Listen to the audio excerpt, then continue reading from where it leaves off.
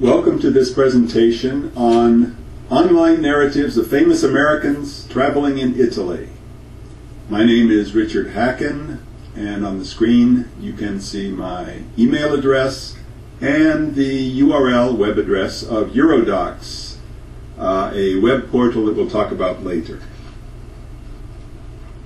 I am the European Studies bibliographer at Brigham Young University.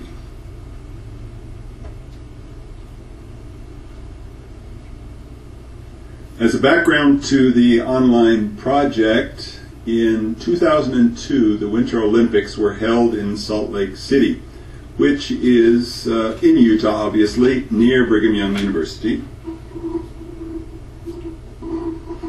4 years later, the Winter Olympics were held in Torino in 2006, northern Italy. As a result, a sister city relationship developed and had been developing between the two cities, Salt Lake City and Torino. And offshoot of this, beyond sports, was in the realm of arts and culture, and also going on into areas such as history. About this time, I became aware of Adriano Camolo's bibliography of American travelers in Italy, which became a source bibliography for me, and from which I picked works to digitize.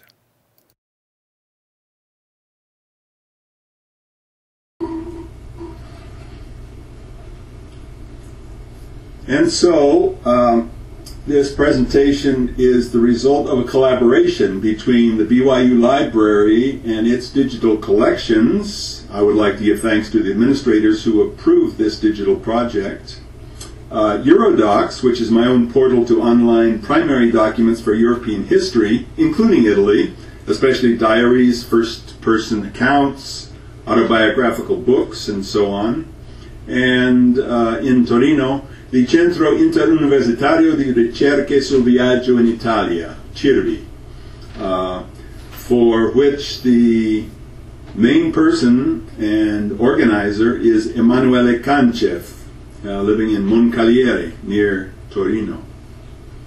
And so, together we present American Travelers in Italy.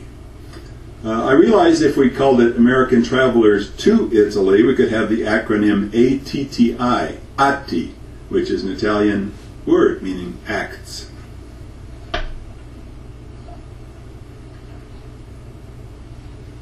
The Grand Tour. Here we see on the left the Colosseum in Rome, on the right a depiction of Vesuvius erupting in 79 AD as seen from across the bay in Naples. If you had been a member of the nobility or the gentry or were just well off in the 18th or 19th century, you would have completed your education with a period of European travel. This so-called Grand Tour would last from a few months up to 8 years.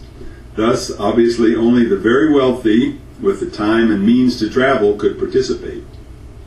By undertaking the tour, young men and women learned about the politics, culture, and arts of European lands, again, especially Italy, the heart and soul of the tour.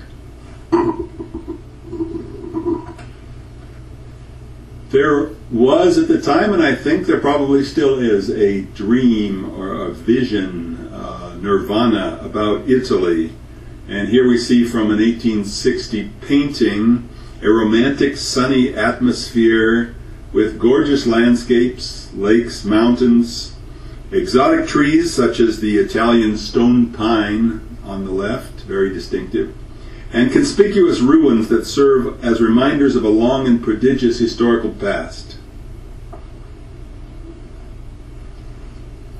Some of the realities of a grand tour, on the other hand, were difficulties in getting across alpine glaciers, crossing over by foot into northern Italy, or banditti who would waylay travelers and rob them. Now, why? Why go on the grand tour to Italy? Well, the answer, peer pressure. All those boats waiting to take the travelers to cross the Atlantic. The most common 19th century Italian tour entry points were, by sea, the harbors at Genoa, with access to Torino and the Piedmont, Leghorn or Livorno, with access to Pisa, Florence, and all of Tuscany, Civitavecchia, the port for Rome and Vatican City, Naples, with immediate transport to Pompeii or Herculaneum, skirting the slopes of Mount Vesuvius. By land, then the entrance ways were across the Alps from France or Switzerland. Now, what was going on historically in the 19th century?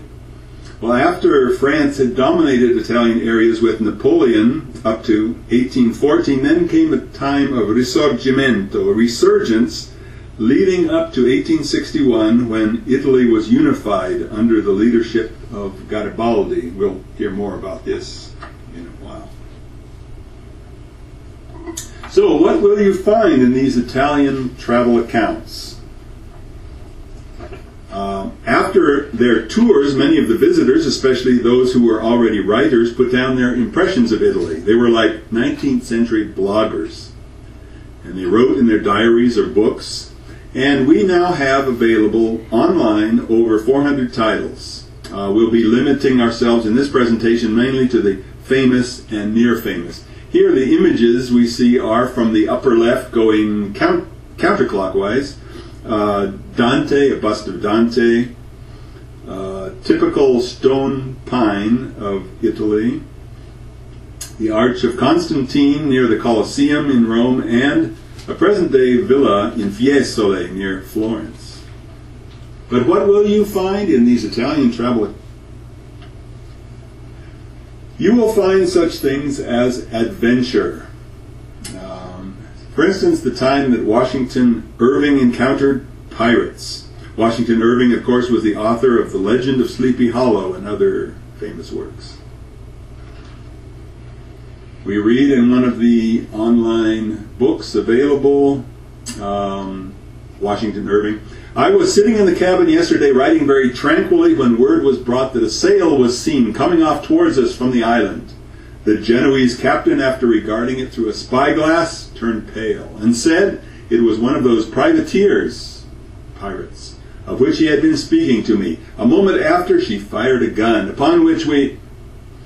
In order to know how this tale ends, you'll need to go online and read the works of Washington Irving. And I'll point out later how you can search for this particular item.